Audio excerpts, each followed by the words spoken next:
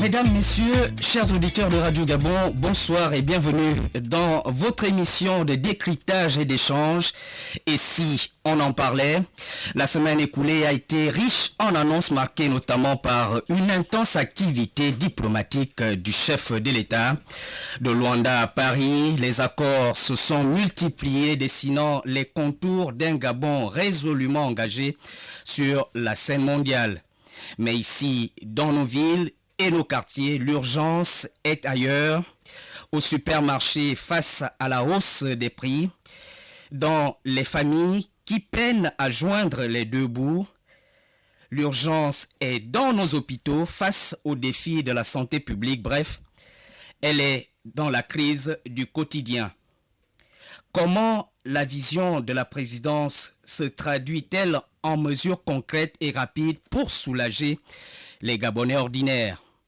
Pour répondre à cette question fondamentale et décortiquer les réformes en cours, nous avons l'honneur et l'exclusivité de recevoir l'homme qui porte la parole du président de la République, chef du gouvernement. L'homme, on le dira, qui connaît les dossiers en profondeur. Théophane Zamzebior, porte-parole de la présidence de la République gabonaise. Monsieur le porte-parole, merci d'avoir répondu à notre invitation.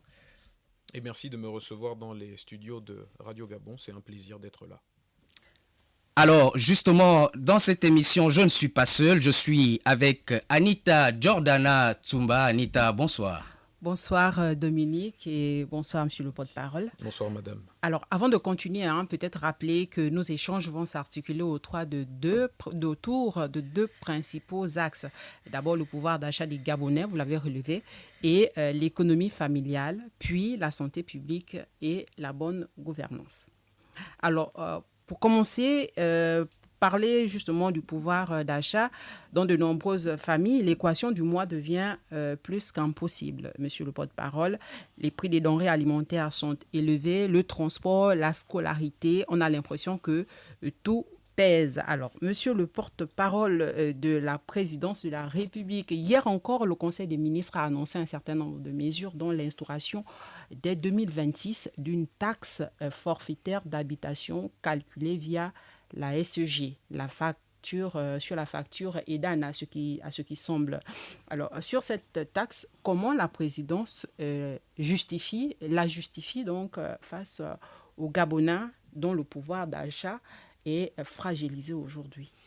Écoutez, merci Madame de me poser cette question. En réalité, cette taxe qui concerne l'habitation, comme vous l'avez si bien précisé, qui a été adopté à l'occasion du Conseil des ministres de ce 4 décembre 2025, s'inscrit en réalité dans l'esprit de ce que sera la loi de finances 2026.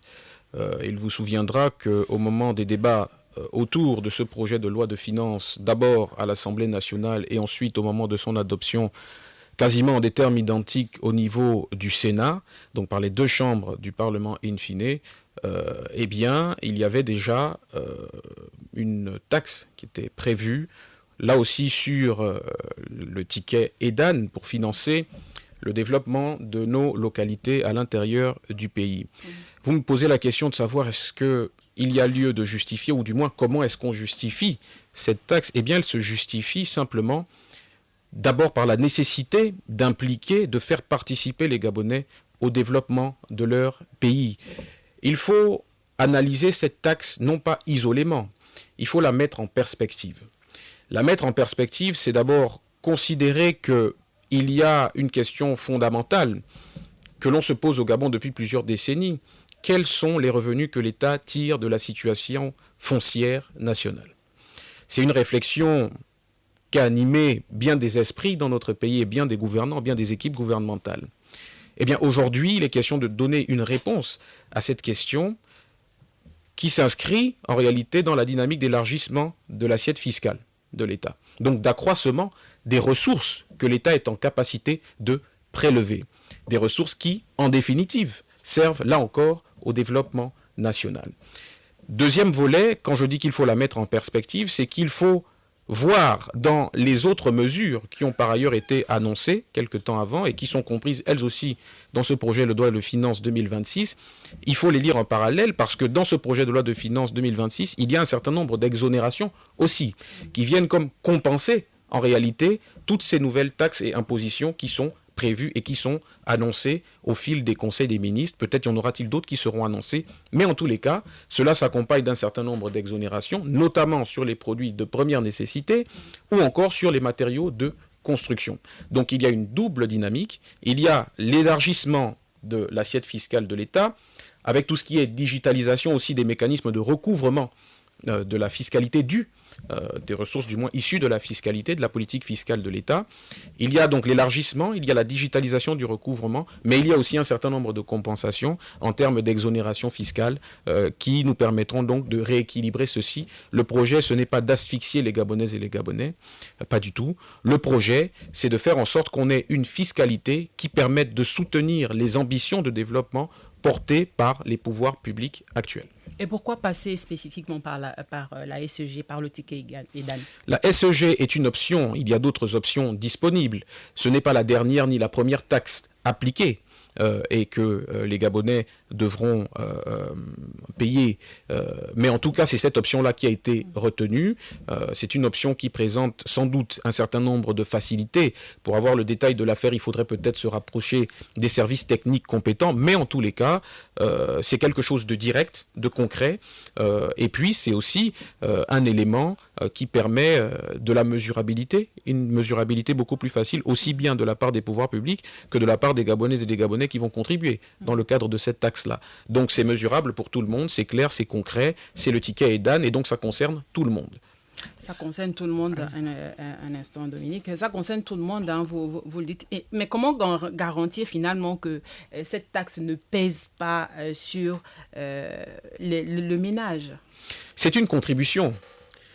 Personne n'est jamais heureux de contribuer à quoi que ce soit. Si on le pouvait, on garderait l'intégralité de notre salaire brut pour nous-mêmes. Mais parce que nous sommes citoyens, parce que nous faisons société, parce que nous faisons communauté, il est important que nous contribuions au développement de notre pays, que nous contribuions au développement des infrastructures, au renforcement du système de la santé, et je ne doute pas que nous allons parler de santé un peu plus loin dans l'émission. Et donc il faut contribuer, c'est une logique universelle que la contribution citoyenne au développement du pays. C'est une logique universelle. Le Gabon n'a pas l'exclusivité de l'affaire. Et donc, ce qui est important de retenir, c'est qu'en même temps qu'on applique des taxes, en même temps, il y a un certain nombre d'efforts qui sont faits. Vous parlez du pouvoir d'achat des Gabonais. Il y a une mesure sans précédent au Gabon, dont nous allons sans doute parler, qui est celle de la mise en œuvre de la centrale d'achat. L'esprit même de la centrale d'achat, c'est, nous sommes dans, justement, au fond, une manière de rééquilibrer les choses. Quels sont les objectifs qui ont été assignés à cette centrale d'achat, puisque nous en parlons? Il y a plusieurs objectifs, 3 ou 4. Le premier objectif, c'était, dans le désordre, hein, l'un des premiers objectifs, du moins, c'était d'éviter les situations de pénurie. Parce que le but de la centrale d'achat, c'est de commander, d'acheter en gros. Et donc, acheter en gros pour permettre à ceux qui font dans le détail, aux commerçants, de venir s'approvisionner auprès d'un interlocuteur unique, ce qui permet de contrôler les prix, parce qu'on s'assure que l'on évite le phénomène de la rareté, avec les implications que l'on sait, c'est le cours d'économie de seconde, la rareté influe sur les prix des denrées, et donc la centrale d'achat permettra d'éviter les situations de pénurie, et donc d'éviter l'augmentation des prix de ces denrées alimentaires, mais aussi des matériaux de construction, d'éviter la flambée des prix, et donc là aussi d'alléger le poids de la vie sur le portefeuille des Gabonais. Il s'agit aussi, entre autres objectifs, de réduire la part du secteur informel dans les importations et dans la distribution de tous les produits qui vont être donc compris dans cette dynamique de centrale d'achat. Lorsqu'on réduit la part de l'informel, les activités informelles, parce que justement elles sont informelles, ne peuvent pas faire l'objet d'une fiscalité efficace. L'État n'est pas en capacité de recouvrer de manière efficace et efficiente les ressources qui lui sont dues et qui sont donc détournées d'une certaine façon, puisque le secteur étant informel, les activités étant informelles, on ne peut pas les imposer au même titre que l'on impose une activité régulière. Et donc, la centrale d'achat vise aussi à réduire la part de l'informel dans les importations et dans les exportations. Toute chose qui concourt à quoi? Eh bien, cela concourt à accroître les ressources de l'État et qui sont issues de l'application de sa politique fiscale. Donc, il est question de rationaliser les prix de manière globale, de s'assurer que les opérateurs, les commerçants ne soient pas tentés de spéculer sur les prix et d'éviter qu'ils aient des excuses justement pour spéculer, parce que là on aura un outil, une centrale d'achat qui centralisera les produits, qui sera en capacité de proposer des produits beaucoup moins chers que les prix qui sont pratiqués, par exemple, à l'extérieur, auprès des commerçants exerçant sur le territoire local et qui s'approvisionnent à l'extérieur, mais parce que la centrale d'achat, avec la puissance de l'État, a la capacité de commander beaucoup plus en quantité, de constituer des stocks, d'éviter les situations de pénurie et de réduire la part de l'informel. Monsieur le porte-parole, est-ce que ces opérateurs-là sont déjà connus pour ceux-là qui, en principe, devraient jouer les intermédiaires entre les détaillants et la population au quartier? Alors, ce qu'il faut retenir déjà, c'est que la centrale d'achat est en cours de déploiement. On a parlé d'une mesure issue du Conseil des ministres du 4 décembre, donc d'hier. Au rang des mesures de ce même Conseil des ministres, vous avez vu qu'on a nommé le président du conseil d'administration et le directeur général de la centrale d'achat. Et donc ça, c'est sur le volet administration de la centrale d'achat. Mais qui participe à la centrale d'achat? Pour plus de 60%, ce sont les commerçants, donc les grands distributeurs qui sont implantés sur le territoire national qui participent à cette centrale d'achat. Pour ne citer que ceux-là, il y a l'ensemble des opérateurs, ou du moins des entités qui sont comprises dans ce qu'on appelle le SYNPEX, le syndicat des importateurs et exportateurs du Gabon, et qui, là aussi, sont contributifs dans la réflexion qui permet progressivement de mettre en œuvre, de mettre en place cette centrale d'achat et de s'assurer qu'elle puisse être lancée sans qu'on ait trop d'à-coups et qu'elle puisse atteindre ses objectifs finaux, qui sont donc la réduction des prix des matériaux de construction et les produits de première nécessité pratiqués auprès de nos compatriotes. Monsieur le porte-parole, je vais rebondir par rapport justement à cette centrale d'achat. Beaucoup de préoccupations, beaucoup d'inquiétudes de la part des populations et des Gabonais qui disent, quand on les entend parler, que ce serait une Delta Synergie bis qui est en train de se construire. Est-ce que l'objectif du président ne risque pas d'être perverti justement par certains compatriotes encore qui n'ont pas encore compris le sens de la vision du chef de l'État? Alors, malheureusement, je ne suis pas devin. On ne peut pas préjuger du fonctionnement futur. Du moins, on peut le fixer et on peut fixer un ensemble de règles qui vont encadrer son fonctionnement. L'État est actionnaire dans cette centrale d'achat, il me semble, si je ne dis pas de bêtises, à hauteur de 37%. Le reste est à la disposition des commerçants, pour parler trivialement. Pourquoi? Mais parce que c'est eux qui sont au cœur de l'activité. C'est eux qui sont au cœur des dynamiques économiques, qui sont donc au contact de la réalité des prix, au contact des difficultés qui ont emmené par le passé certains à pratiquer tel ou tel prix sur tel ou tel autre produit. Et donc, c'est un mécanisme participatif. Est-ce qu'il aurait été mieux pour l'État, dans une volonté de centralisation absolue, de dire on met en place une centrale d'achat, je suis l'actionnaire unique et je fixe tout et je détermine tout?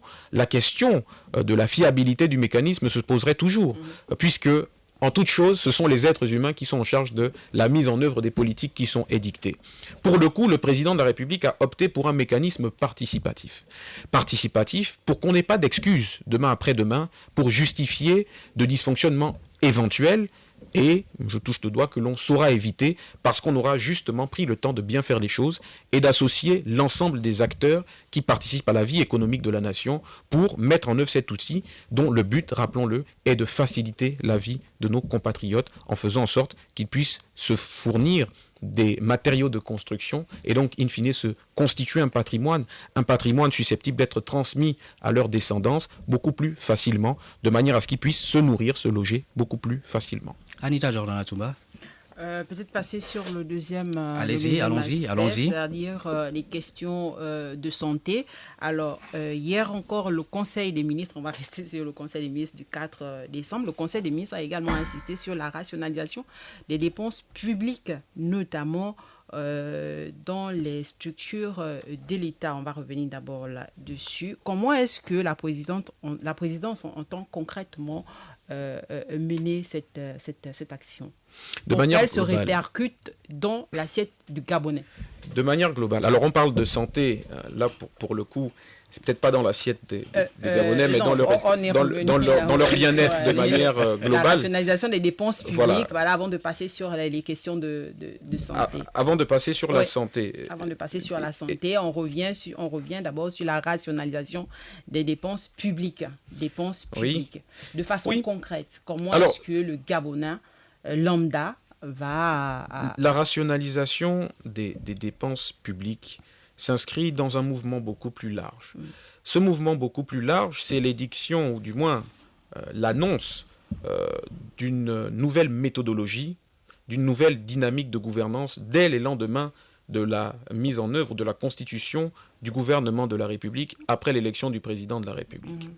Une fois que le gouvernement de la République a été constitué, le président de la République s'est hâté d'annoncer quelle serait la dynamique qui encadrerait le fonctionnement de ce gouvernement. Et pour ce faire, il a fixé 7 piliers, les 7 piliers de la bonne gouvernance. Parce que ce dont on parle, en définitive, à travers votre question, c'est de la bonne gouvernance.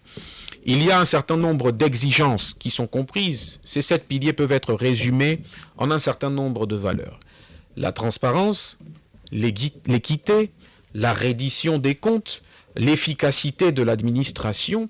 Si on a une administration efficace, ça veut dire qu'on a une administration qui peut fonctionner et atteindre ses objectifs en gérant efficacement les ressources dont elle est pourvue.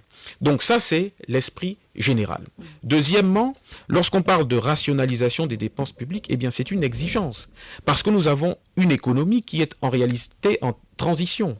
En transition de quoi vers quoi?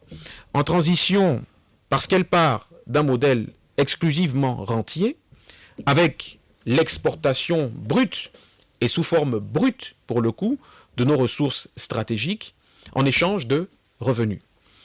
On est en train de partir vers une économie beaucoup plus diversifiée, où même dans les secteurs traditionnels, qui sont les secteurs extractifs, on s'oriente vers beaucoup plus de transformation locale, c'est-à-dire la localisation au Gabon de maillons supplémentaires de la chaîne des valeurs, par exemple du manganèse. Cette mesure de la transformation locale a fait grand bruit, elle a fait couler et continue de faire couler beaucoup d'encre et beaucoup de salive. Cela participe à cette dynamique. Donc, nous avons une économie en transition. Au-delà de l'économie en transition, nous avons hérité, le président de la République a hérité d'une situation délicate, notamment du point de vue de la dette. Il vous souviendra qu'au moment des déclarations conjointes lors de la visite d'État du président Emmanuel Macron au Gabon, il y a quelques semaines, cette question de la dette a été abondamment évoquée. Le régime actuel a hérité d'une dette colossale. Mais parce que le Gabon est un État qui se respecte, des efforts considérables ont été faits pour apurer progressivement une partie de cette dette auprès des bailleurs de fonds multilatéraux. Il y a eu un décaissement récemment d'un peu plus de 28 milliards de francs CFA pour assainir une partie de cette dette. On ne peut pas en même temps être dans une dynamique où on veut assainir la dette, parce que derrière l'assainissement de la dette, l'apurement de la dette, il y a la crédibilité internationale de notre pays auprès des instances financières internationales. Et pourquoi c'est important ? Eh bien parce que le Gabon ne peut pas se développer en vase clos, parce que le Gabon a besoin de partenaires pour mettre en œuvre l'ensemble des politiques publiques qui constituent le projet de société du chef de l'État. Et au rang de ces partenaires, au-delà de nos relations bilatérales, donc des relations qu'on peut avoir de pays à pays, donc entre le Gabon et d'autres pays, il y a les relations que nous avons avec nos partenaires multilatéraux, qui sont essentiellement des institutions financières. Mais pour être crédible, pour bénéficier de la confiance de ces institutions qui sont importantes dans le financement de certains de nos projets, notamment de nos projets structurants, il faut démontrer la crédibilité dans la bonne gestion que l'on fait des ressources de l'État. Et donc il faut continuer d'apurer la dette et il faut rationaliser davantage la gestion donc des ressources publiques. C'est dans cet esprit que s'inscrit cette mesure. Il faut mieux gérer l'argent de l'État, il faut éviter autant que faire se peut les dépenses somptuaires, il faut que l'on sache en fin de compte que l'on se donne les moyens d'atteindre les objectifs qui sont les nôtres et que les Gabonais, à la fin de la journée, pour revenir à l'assiette, lorsqu'on met en œuvre des projets structurants, cela concourt à la facilitation de la vie de manière générale et par ruissellement, cela concourt certes indirectement à mettre davantage dans l'assiette des Gabonaises et des Gabonais. Anita Jordan-Assumba, on abordait le pan de la santé. Oui, le pan de la santé, on a parlé de la rationalisation des dépenses publiques, notamment dans les structures de l'État. Alors, comment la présidence entend faire traduire ces efforts dans les hôpitaux? Alors, sachant que M. le porte-parole peut être ajouté à sa question, au moment où les Gabonais aujourd'hui ont véritablement du mal à se soigner. Les hôpitaux sont devenus de véritables cliniques où tout se monnaie. Aujourd'hui, vous ne pouvez être pris en charge que si vous avez de l'argent frais. L'hôpital public aujourd'hui, l'hôpital public est devenu un véritable problème. Que pense la présidence? Forcément, vous avez des retours de tous ces... C'est d'autant plus malheureux que ce sont là des situations qui perdurent depuis plusieurs décennies.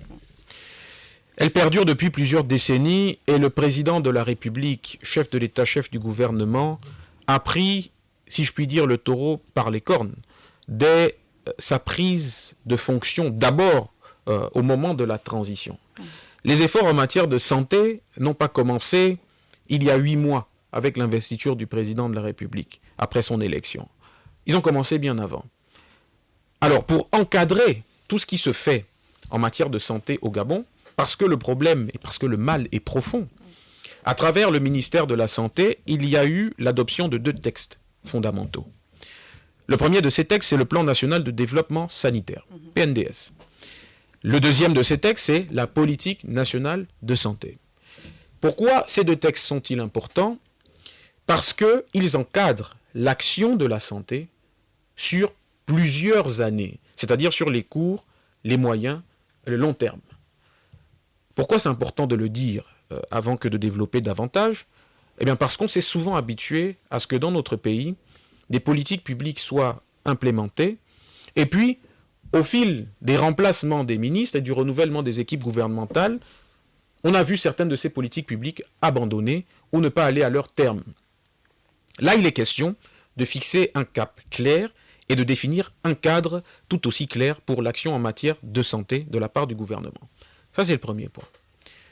Le deuxième point, c'est de dire que ces 2 textes recensent d'abord toutes les problématiques liées, par exemple, à la situation de la carte sanitaire de manière globale, à la situation du plateau technique, jusqu'à des questions de détail comme par exemple l'existence d'une chaîne de froid vaccinale. Ce sont des thématiques qui sont importantes, notamment pour l'arrière-pays. Donc, ces 2 textes recensent les problématiques, mais aussi définissent les perspectives. Et en termes de perspectives, là encore, le président de la République a commencé à engranger des résultats. On va commencer, entre autres choses, par exemple, par la mise en service et par l'équipement d'hôpitaux départementaux. Dans certaines localités, du moins dans plusieurs localités du pays, je pense à Fougamou, je pense à Ndende, je pense à Mvadi, je pense à Okonja, je pense à Lekoni, donc autant de structures hospitalières qui ont été mises en service et qui ont été équipées pour rapprocher les prestations de santé de nos compatriotes où qu'ils se trouvent sur le territoire national. Au-delà de ça, il y a, parce que la santé c'est aussi le personnel soignant, il y a des situations délicates qui ont été D'où vient la réglées, plus grande récrimination qui ont été réglées. Eh bien, pour régler cette question des personnels soignants, la formation des personnels soignants, qui se fait à travers les écoles de santé, eh bien, avant que le président Brice Clotaire Oligui Nguema ne prenne le pays en main, c'était une gageure. C'était difficile, c'était surprenant, curieux et aberrant que de considérer que certaines écoles de santé qui avaient fonctionné jadis avaient été fermées. Eh bien, depuis que le président de la République a commencé son magistère, on a procédé à la réouverture de certaines écoles de santé. Je pense à Mouila, je pense à Oyem, je pense à Makokou. Vous êtes de la presse, vous avez bien entendu couvert ces remises en service de ces écoles de santé ô combien indispensables dans la formation de celles et ceux qui sont chargés de veiller à notre bonne santé. Et au-delà de ça, parce que les personnels soignants sont aussi des pères et des mères de famille, ont aussi des foyers dont il faut s'occuper. Il y a la question de la situation administrative de ces personnels. Depuis le début du magistère du président de la République, c'est un peu plus de 700 agents dont les situations administratives ont été régularisées seulement dans le domaine de la santé. Parce qu'il faut que la santé redevienne une vocation. On ne se lance pas dans la santé comme dans l'éducation nationale, simplement par suivisme, ou simplement parce qu'il faut avoir un salaire. C'est le cas aussi pour le journalisme. Il faut qu'on s'y lance par vocation.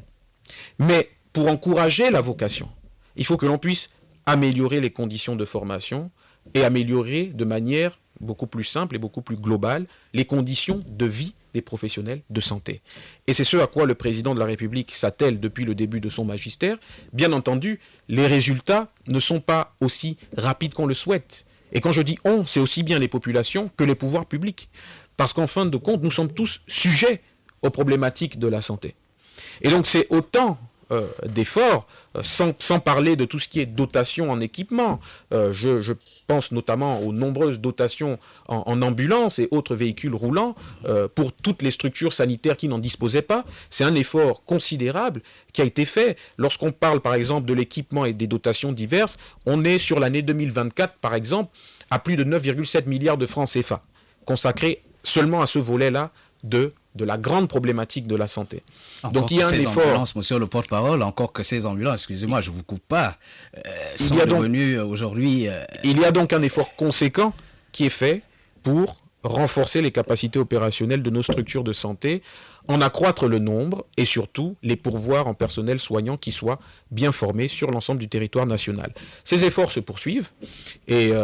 c'est peut-être l'occasion de saluer le travail soutenu que font donc les équipes du ministère de la Santé, sous le leadership du ministre Adrien Mongougou. Ces efforts vont se poursuivre, ce sont des efforts ininterrompus, et le président de la République reste fortement attaché à ce que les prestations de santé soient optimales et égales pour l'ensemble de ses compatriotes. Restons justement sur ce point de prestations de santé. La CNAMGS aujourd'hui, qui ne devient que l'ombre d'elle-même, où les prestations sociales sont quasiment inexistantes dans les provinces et dans certaines pharmacies aussi à Libreville, ce qui cause un véritable problème pour les populations. Monsieur le porte-parole, est-ce que le président est au courant justement de cette situation? Le président de la République est naturellement l'homme le mieux informé du pays.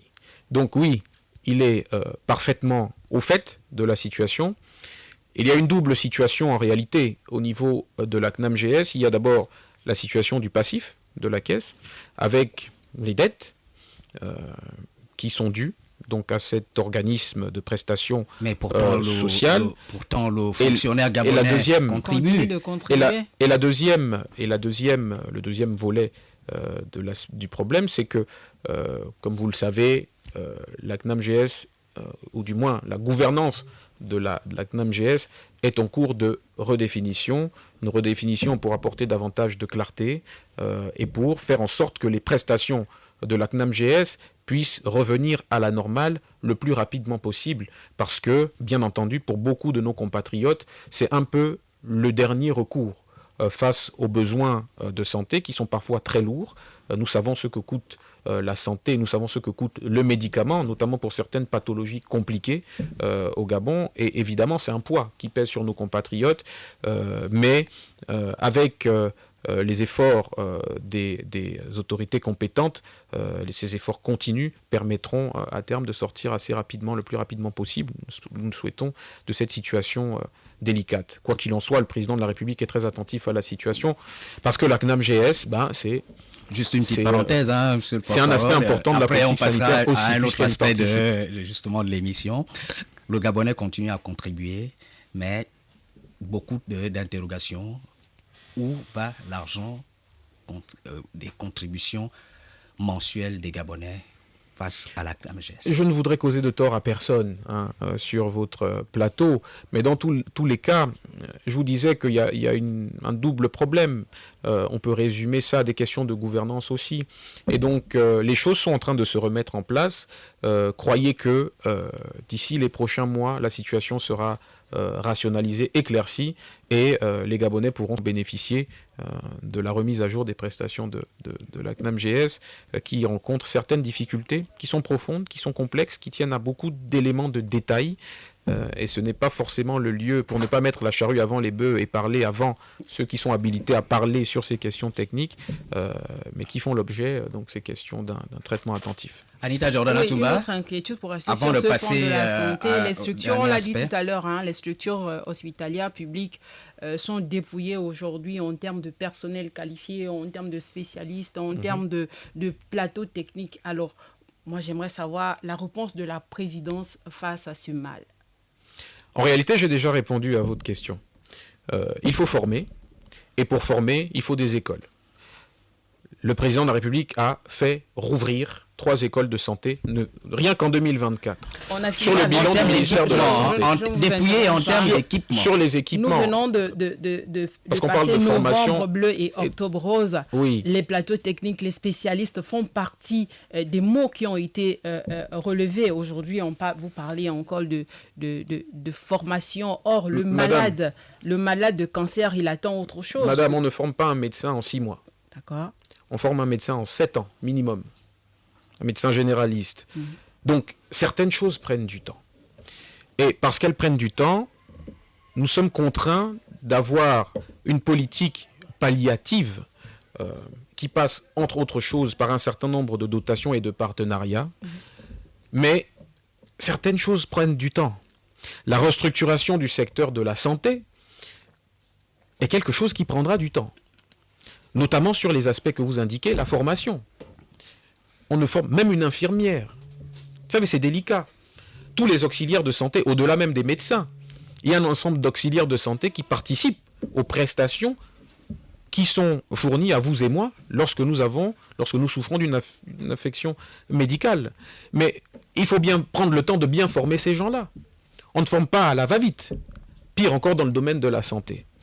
Donc certaines choses prendront du temps.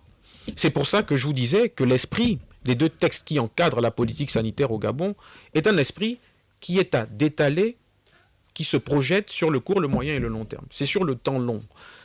Parce que si on ne s'inscrit pas sur le temps long, on ne règle pas les problèmes à la source. Là, il est question de régler le problème à la source, et pour régler le problème à la source, il faut prendre le temps de former, il faut prendre le temps de redéployer un certain nombre d'infrastructures sanitaires sur le territoire national, ce qui implique des investissements importants.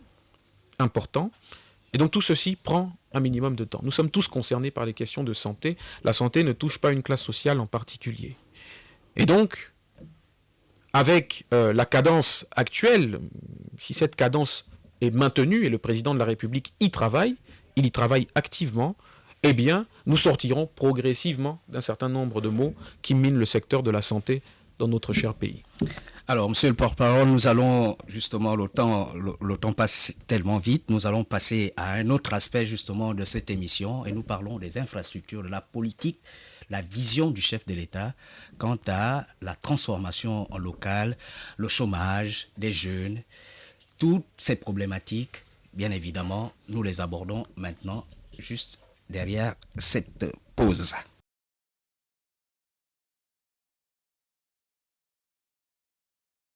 Retour à votre émission et si on en parlait, monsieur le porte-parole, nous recevons un jeune compatriote dans ce studio qui a souhaité vous poser quelques préoccupations dues aux difficultés qu'il traverse en tant que jeune chômeur gabonais. Monsieur Nguema Pascal, monsieur, bonjour. Vous avez en face le porte-parole devant vous. Si vous pouvez faire part de vos préoccupations, et je crois quand même que la réponse sera directe et peut-être des solutions pourront suivre par la suite. Merci, M. Assoko. Bonjour, conseiller spécial. Bonjour. C'est un plaisir pour moi de vous rencontrer ce jour. Je suis jeune leader dans la lutte contre le chômage, le MNCG affilié. Donc ma préoccupation est celle-ci. Nous faisons face à une situation où des mécanismes ne sont pas à notre portée pour pouvoir sortir de la précarité et pour qu'on puisse régler nos problèmes de pouvoir d'achat. Donc c'est un problème majeur. Nous demeurons toujours dans la précarité. Les mécanismes sont si opaques, difficiles de s'approprier. Qu'est-ce qu'on peut faire, nous, les demandeurs d'emploi, à ce niveau? Bon, encore enchanté, monsieur Nguema. Déjà, ce n'est jamais facile quand on est dans votre situation, et c'est une situation qui concerne beaucoup de nos compatriotes, notamment beaucoup de nos jeunes compatriotes, qui parfois sont pétris de talents et de compétences et ne demandent qu'à mettre ces talents et ces compétences au service du pays, mais se demandent comment. Alors, il y a plusieurs séquences dans la question que vous posez. Je vais essayer de mémoire de les adresser point par point. D'abord, le premier aspect que vous avez évoqué, c'est celui, en réalité, des intégrations à la fonction publique. Sur cet aspect, on ne peut pas objectivement dire que rien n'a été fait. La situation était laquelle? Depuis feu le Premier ministre Isozen Gondé, il vous souviendra que les recrutements à la fonction publique avaient été gelés.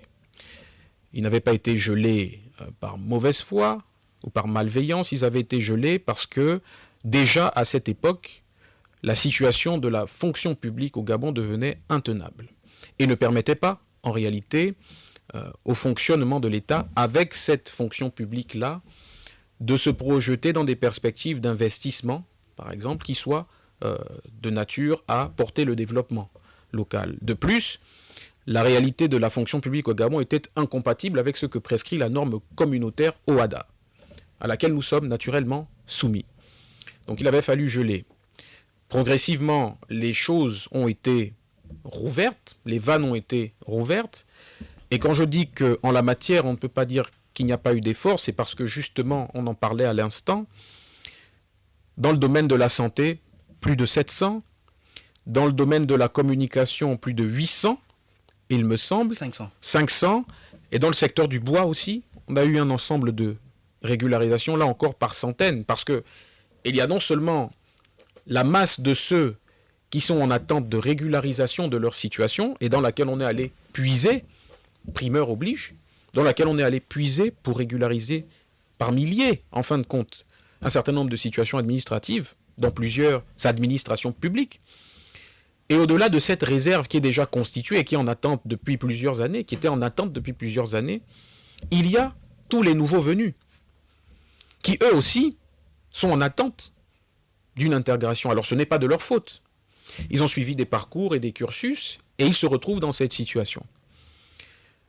Sauf qu'à partir de ce moment, la question qu'on doit se poser, c'est de savoir, est-ce qu'on continue d'intégrer en masse pour avoir une administration publique colossale mais qui en fin de compte est inefficace, ne produit pas, et empêche, ou du moins amoindrit les capacités d'investissement et ruine le fonctionnement optimal de l'État, l'État qui en réalité nous sert nous tous? Ou alors, on fait le choix, au-delà de toutes les intégrations par centaines, par milliers, qui sont d'ores et déjà effectives, on essaie de s'orienter vers un modèle beaucoup plus durable. Et là, on bascule sur le deuxième aspect de votre question. Vous avez dit, le président nous a demandé de créer des entreprises. Ce n'est pas par mode, ce n'est pas par penchant, ce n'est pas par caprice. C'est parce qu'en réalité, la création de richesses se trouve dans la création d'entreprises.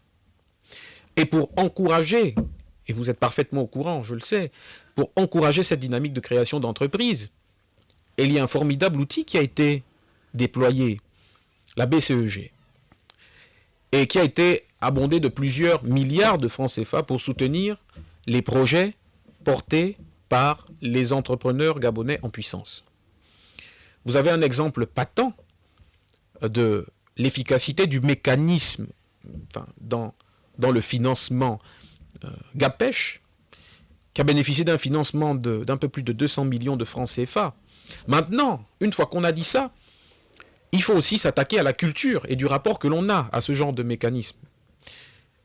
Peut-être faut-il encourager à davantage de pédagogie et de communication de la part de ces organismes qui sont là pour aider les Gabonaises et les Gabonais. Pour dissiper aussi cet état d'esprit qui nous pousse parfois à nous dire qu'en réalité, les choses ne sont pas faites pour nous. Brice Clotaire Oligui Nguema est un homme du peuple. C'est quelqu'un qui sait d'où il vient. C'est quelqu'un qui a préservé sa connexion, le lien particulier qu'il a aux gens et qui est un lien très simple. Parfaitement conscient de sa mission, il a mis en place la BCEG. Maintenant, au-delà du budget qui a été alloué à la BCEG, la priorité maintenant, c'est d'organiser sa montée en puissance et surtout sa présence sur l'ensemble du territoire national, dans les 9 provinces. Et peut-être est-ce là l'opportunité d'une réflexion supplémentaire autour de mécanismes éventuels intermédiaires qui soient là entre la BCEG et les entrepreneurs potentiels pour faire justement ce travail d'explication, ce travail pédagogique qui permette d'emmener de plus en plus de jeunes Gabonais à croire dans ces mécanismes et à saisir toutes les opportunités qui sont disponibles au niveau d'un tel organisme comme la BCEG. C'est un organisme qui est périn, qui va s'inscrire sur la durée et qui va accompagner, nous l'espérons, de plus en plus de nos jeunes compatriotes. Ça, c'est le deuxième aspect. Le troisième aspect que j'aimerais aborder, parce qu'au-delà de la création de l'entreprise, des entreprises, il y a toute la politique économique qui est impulsée par le chef de l'État. Au niveau de cette politique économique, il y a des projets structurants. Nous allons peut-être en parler dans quelques instants. L'intérêt, pour ne pas aller plus vite que la musique, et en dire juste l'essentiel, c'est de créer des emplois autour des projets structurants. Lorsqu'on parle de transformation locale du manganèse, avec tout ce que cela implique, chemin de fer, réseau routier, port en eau profonde de Mayumba, eh bien, tout autour de cela, il y a un écosystème d'emploi aussi. La logique derrière, c'est de permettre aux Gabonais, de même qu'on leur donne l'opportunité de contribuer au développement national à travers l'élargissement de l'assiette fiscale et l'équilibre qui est trouvé avec les exonérations prévues, mais de la même manière, de manière concrète, on leur donne l'opportunité de participer à la construction de leur pays. Et donc, de gagner un salaire, de s'occuper de leur famille, de s'occuper des leurs, en construisant, en participant à la construction du pays, qui passe par l'implémentation de plusieurs projets structurants que nous allons aborder, je n'en doute point, dans quelques instants. Donc, c'est peut-être une réponse insatisfaisante quand on est dans votre situation, que je comprends parfaitement. À un moment donné, on a tous cherché de l'emploi. Tout le monde n'a pas la même chance, tout le monde n'a pas le même parcours. Mais en tout cas, il y a une politique qui est réelle et qui, elle, est très concrète, qui est implémentée par le président de la République. Et je ne vais pas vous faire l'insulte de vous demander d'être patient, parce que lorsqu'on est dans votre situation, justement, la patience, c'est une denrée rare, parce qu'on est pressé par le quotidien. Ce que je vous dirais simplement, c'est qu'au-delà de tout ce que je viens d'énumérer, parce que malheureusement, on ne règle pas tout par un coup de bâton magique, que le président de la République, malgré toute sa volonté, n'a pas ce pouvoir. Certaines choses, là encore, prendront du temps, mais il y a des Gabonaises et des Gabonais qui ont déjà bénéficié de plusieurs accompagnements et de plusieurs des mesures qui ont été disposées par le président de la République pour régler cette question du chômage. Je sais pas. Une dernière très rapidement, parce qu'on doit aborder un dernier aspect assez important aussi de conseiller spécial, si l'émission. vous permettez, effectivement, je ne veux pas faire comme si le chef de l'État n'a absolument rien fait. Au contraire, le chef de l'État a donné un souffle nouveau, de l'espoir à la jeunesse. Il y a beaucoup. Si peut-être moi je n'ai pas encore trouvé le portrait d'emploi jusqu'à présent, je ne peux non plus nier qu'il y a beaucoup également qui ont déjà trouvé au moins la joie de le chef d'État a fait beaucoup. Mais conseiller spécial, j'ai parlé de la question de l'opacité dans les mécanismes mis en place par le chef de l'État. Prenez un exemple très simple, tel que le taxi Gab. Ça a été très simple et clair à la portée de tout le monde. N'importe quel Gabonais y allait, vous déposez votre dossier, on vous appelle, on vous répond. Voilà ce qu'on demande. Parce que chacun trouve son compte, peu importe l'opportunité que les mécanismes que le chef d'État met en place. Le BCEG que vous parlez, nous sommes échangés avec la directrice générale. Et comme vous et moi nous échangeons maintenant, les choses ont été très claires. Parce que si on vous dit par exemple qu'il faut que vous ayez dans votre compte par exemple 3 ou 4 millions, vous êtes déjà réduit, est obligé de faire marche arrière parce que ce n'est pas à votre portée. Conseiller spécial, ce que je veux tout simplement vous dire, peut-être il y a beaucoup de jeunes, parce que je suis l'un des leaders du MNCG affilié, donc beaucoup suivent actuellement la communication parce que je vous ai dit qu'il y a eu une opportunité pour échanger avec une autorité de l'État. Qu'est-ce que vous pouvez encore dire à la jeunesse par rapport à ces opportunités-là? Par exemple, je vais encore prendre un exemple. Vous avez parlé de la transgabonaise, là où on va faire manganèse et ce qui va avec. Jusqu'à présent, conseiller spécial, demandez seulement, parce que je vous dis, le secteur du transport, c'est encore une mine d'or. Vous savez très bien qu'actuellement, peu de Gabonais ont le permis CD. Pourquoi ce côté-là est encore opaque à partir du moment où ce transport va nécessiter beaucoup de ça, le secteur transport va recruter? Comment est-ce que les Gabonais aujourd'hui peuvent accéder à ce sésame, enfin, à cet emploi, parce que on fait venir de la main-d'œuvre extérieure pour justement... Non, je crois que c'est une question, la question porte sur une dynamique plus globale, celle de la valorisation de la ressource locale. D'accord. Le président de la République, vous le savez, y est très attaché. Maintenant, sur la question des permis, c'est très spécifique. Et c'est de la compétence, là aussi, d'entité très spécifique. C'est une question technique. Je ne vais pas, moi, vous baratiner et vous dire que j'ai le détail de l'attribution des permis CD et des perspectives pour cette catégorie de compatriotes autour des chantiers structurants qui vont être déployés pour la transgabonaise et autres. Je ne vais pas vous baratiner. Il faudrait, pour ceci, se rapprocher des autorités compétentes, mais de manière globale. Ce que moi je note, c'est qu'il y a un effort permanent, en réalité, de communication. Et c'est peut-être là une occasion de prendre ceci à notre compte pour dire qu'effectivement, il y a un ensemble d'initiatives qui sont portées, impulsées par le chef de l'État et qui peut-être ne bénéficient pas de la vulgarisation ou du niveau de vulgarisation nécessaire. C'est pour ça que ce genre de rencontres sont importantes et merci encore de nous en donner l'opportunité. Peut-être que c'est un sacerdoce que nous devons embrasser davantage, nous autres qui avons le privilège de participer à toute cette dynamique pour informer davantage les Gabonaises et les Gabonais. Ce qui est bien dans cette dynamique que nous avons à cet instant, c'est qu'en fin de compte, chacun tire un peu de l'autre. Et donc c'est peut-être aussi l'occasion pour nous d'apprendre de vous et de noter davantage, avec humilité, les récriminations qui viennent de ceux qui vivent la réalité du quotidien de la société. Dans tous les cas, ayez foi que le président de la République reste très attentif. Au moment du déploiement effectif de l'ensemble de ces projets, je suppose que les entités, les ministères, les directions générales concernées directement par chacun de ces projets structurants travaillent à la mise en œuvre de ces projets, conçoivent des stratégies, conçoivent des plans et communiqueront là-dessus au moment du lancement effectif de chacune de ces initiatives. Mais dans tous les cas, de manière globale, ce qu'il faut retenir, c'est que le président de la République reste attaché à la situation des jeunes chômeurs. Des engagements ont été pris. Ces engagements seront tenus. Ils seront tenus, mais ils seront tenus progressivement. Merci, M. Nguema Pascal, d'être passé dans ce studio. Monsieur le porte-parole, nous allons justement aborder le dernier aspect justement de cette émission. Il nous reste très peu de temps.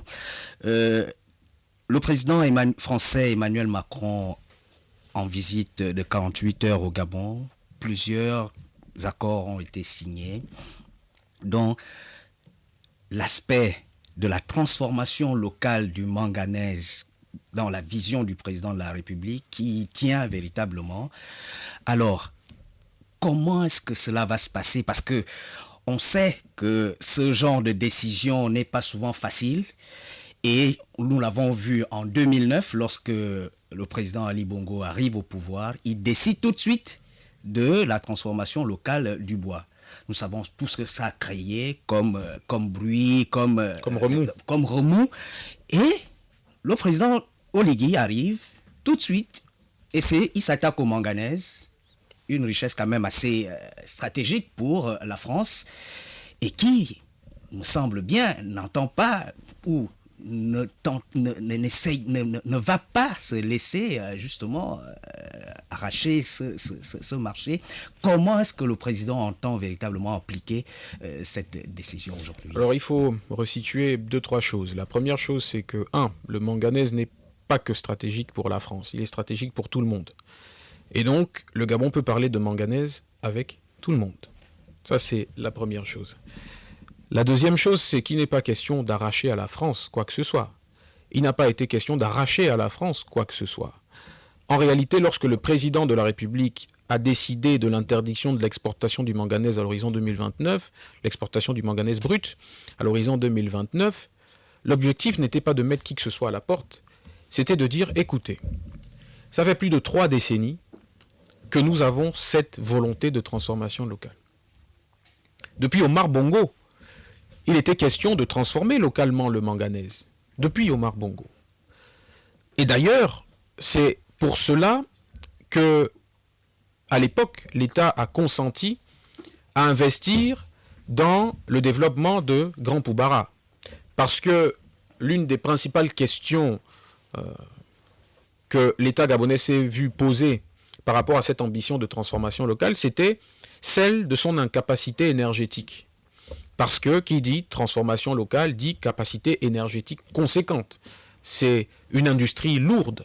Et donc, il faut des ressources énergétiques importantes pour pouvoir l'alimenter. Et donc, l'État a consenti, il s'est même endetté, partiellement, pour financer le projet Grand Poubara. En contrepartie de cela, le Gabon n'a pas obtenu satisfaction. Et donc, on n'a pas vu s'implanter sur le territoire national des unités de transformation du manganèse. Et justement parce que ce n'est pas une énergie renouvelable, le manganèse, eh bien, l'urgence se pose à nous de le transformer localement, c'est-à-dire d'en tirer davantage de bénéfices pour nous-mêmes. Après l'interdiction et des sorties médiatiques de certains responsables économiques plutôt français, le président de la République a obtenu un début de réponse concrète à cette question énergétique du côté de Nigeria auprès de Afreximbank, avec un financement de plusieurs centaines de milliards destiné à permettre la construction de centrales énergétiques, Libreville, Lambaréné, il me semble, et Port-Gentil. Donc 3 centrales énergétiques pour essayer de réduire le gap donc, entre les besoins et la réalité de la fourniture, du moins de la disponibilité d'électricité au Gabon. Une fois qu'on a dit ça, il faut aller plus loin. Lorsque le président Emmanuel Macron arrive en visite d'État, ce qu'il dit derrière les lignes ou entre les lignes, c'est que le partenaire français, qui par tradition nous a accompagnés dans la transformation du manganèse, ou du moins dans l'exploitation du manganèse au Gabon, va désormais s'arrimer à cette ambition économique. Et c'est tout ce que le Gabon demande, que l'on respecte ses ambitions. Il ne demande pas à ce que tous ceux qui exploitent des ressources premières au Gabon sortent, s'en aillent. Non. Il dit simplement, voici le cap que nous fixons, et en la matière, en l'occurrence, le cap, c'est nous voulons transformer localement cette ressource stratégique qui nous appartient, à nous autres Gabonais. Et donc, si vous restez, il n'est plus question de faire sortir la ressource brute. Il est question de transformer localement. Pourquoi ? Parce que la transformation locale implique un transfert de technologie, implique la construction d'unités de transformation locale et implique, in fine, la création d'emplois dans ce domaine. Et pour ce faire, quand je parlais des efforts consentis jadis par l'État, au-delà de Grand Poubara, mais il y a eu le centre métallurgique de Mwanda, et qui n'est pas le seul, et qui est là pour former des ingénieurs gabonais à la maîtrise de ce secteur, de s'assurer qu'on ait des Gabonais qui puissent maîtriser le processus par lequel on passe du manganèse au silico-manganèse ou au ferro-manganèse, par exemple. Et les Gabonais ne sont pas incompétents. On a beaucoup de compatriotes qui sont diplômés dans ces domaines, qui sont en capacité technique de pouvoir participer à cette dynamique-là. Eh bien, il faut qu'on leur permette de se déployer ici, à la hauteur des compétences qu'ils ont acquises. Et c'est ça tout le sens. Donc, il n'est pas question de rétropédaler, parce que derrière, il y a cette supposition que nourrissent et formulent beaucoup de nos compatriotes. Ce qui est tout à fait... On n'a pas rétropédalé avec la France, parce que dès le départ, il n'a pas été question de chasser la France, de dire à la France que vous n'allez plus exploiter le manganèse gabonais. Non, ce qu'on dit à la France, comme à tous les autres, c'est que le manganèse, désormais, se transforme sur place. Et donc, arrimez-vous, parce que c'est à vous de vous arrimer. C'est notre ressource. Arrimez-vous à cette ambition. Et le président Macron est venu annoncer un certain nombre d'investissements qui s'inscrivent dans une parfaite harmonie avec l'ambition gabonaise. Donc, en fin de compte, nous sommes tous gagnants. Monsieur le porte-parole, c'est bien évidemment, c'est peut-être pas sur ces mots que nous mettons un terme à cette émission. Nous allons vous laisser 1 minute pour justement conclure et pour, de manière définitive, refermer, et si on en parlait, pour cette thématique aujourd'hui.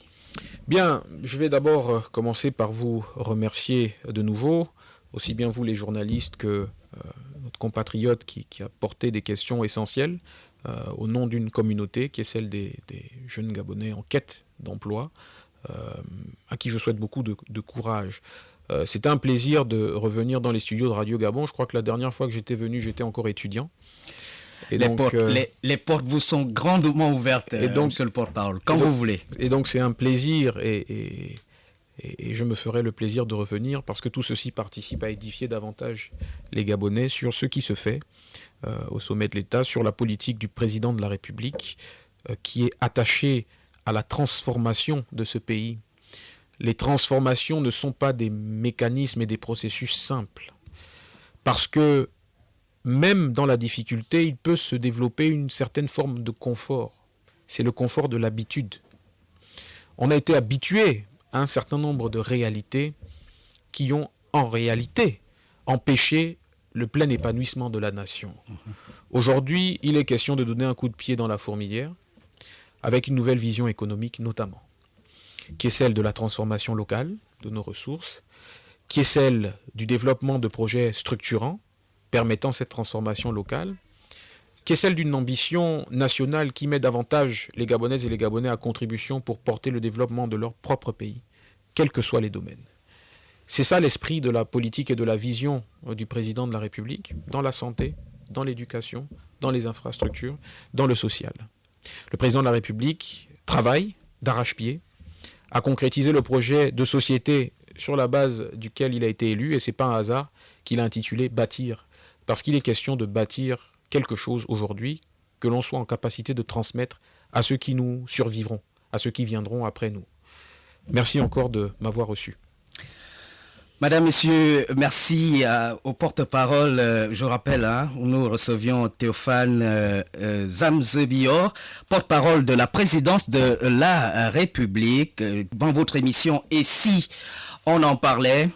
La crise du quotidien, c'était la thématique de cette émission, une émission réalisée par Wilfried Nzo Ntutum, une idée originale de Lauriane Gambo, supervisée par Nina Kelia Mounyepa, à la supervision générale Claudette Okom Eore, Anita Jordana Tsumba. La semaine prochaine pour une autre thématique. Effectivement, la semaine prochaine pour une autre thématique. C'est la fin de cette émission. Merci à vous et restez fidèles au programme de Radio Gabon, la référence.